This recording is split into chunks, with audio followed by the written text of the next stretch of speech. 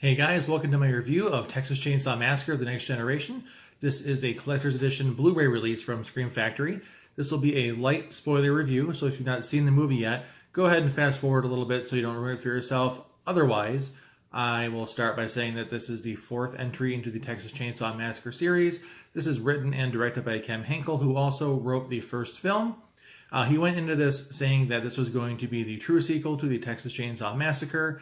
The other two sequels supposedly don't take place, but he does reference them in the opening monologue, which I found a little strange based on his comments. But he also said that he wanted to go back to the roots of the original film, and I think this film failed miserably at that.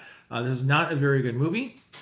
However, it does star Matthew McConaughey and Renee Zellweger, and it was actually produced in the mid-90s and released a couple years after, and it was basically released to just bank off of their stardom at the time, and it was a financial and critical failure. So the movie itself is not very good.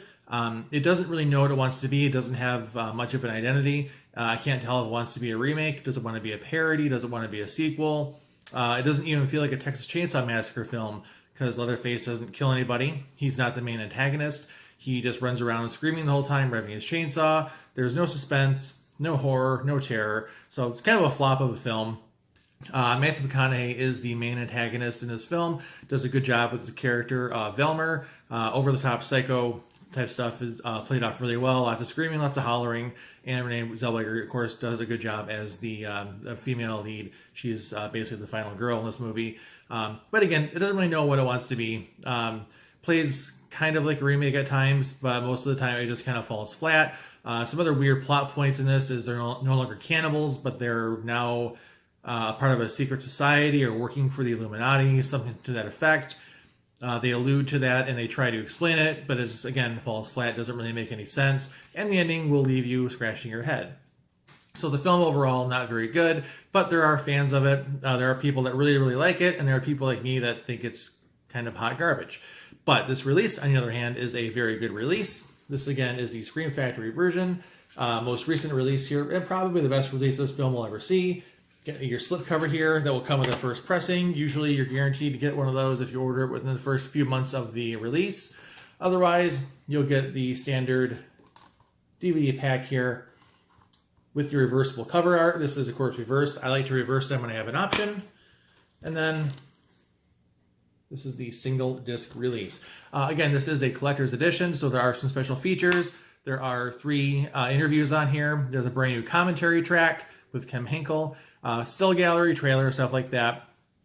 But the biggest thing I look for most of these releases, even though I do buy up a lot of times, I want to get the best possible audio video. This is a high definition transfer of the theatrical cut. It does include the unrated director's cut, but those scenes are inserted in standard definition, and you can tell when they're inserted. They look very, very poor. I don't know why Scream Factory was not able to source that material. I don't know if it was taking too long, if they didn't get the rights, or it just may not exist. I don't know. But I'd recommend watching the theatrical cut, even though it is rated R versus the unrated director's cut. Don't let that fool you. There's really nothing extra in the director's cut, just unneeded dialogue. And honestly, the quality of this film, the 6 or 7 minutes that the director's cut adds, takes away from the film. I think the quicker you get from the very beginning to the end, the better.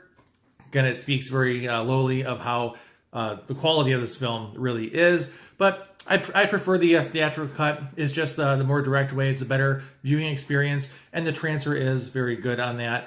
It's not a terribly old film, so it really didn't desperately need a new transfer, but it does look good in high definition, and it's got a good 5.1 sound mix as well. So, in conclusion, Texas Chainsaw Massacre: The Next Generation, also known as The Return or the Texas Chainsaw Massacre. You actually get that title card if you watch the director's cut. A movie for fans of the series, fans of the film itself, or if you're a Scream Factory fan, you just want to get all the slipcovers, this might be for you as well. Otherwise, I don't know if I could really justify the price of this. It's not really for a casual horror fan, not for someone who's not a fan of the series or not familiar with it. So pick it up at your own risk if you're not a fan. Otherwise, if you have to have it, go ahead and get it. This is a very good release of a very poor film. So thank you for watching, guys. I'll see you in the next one.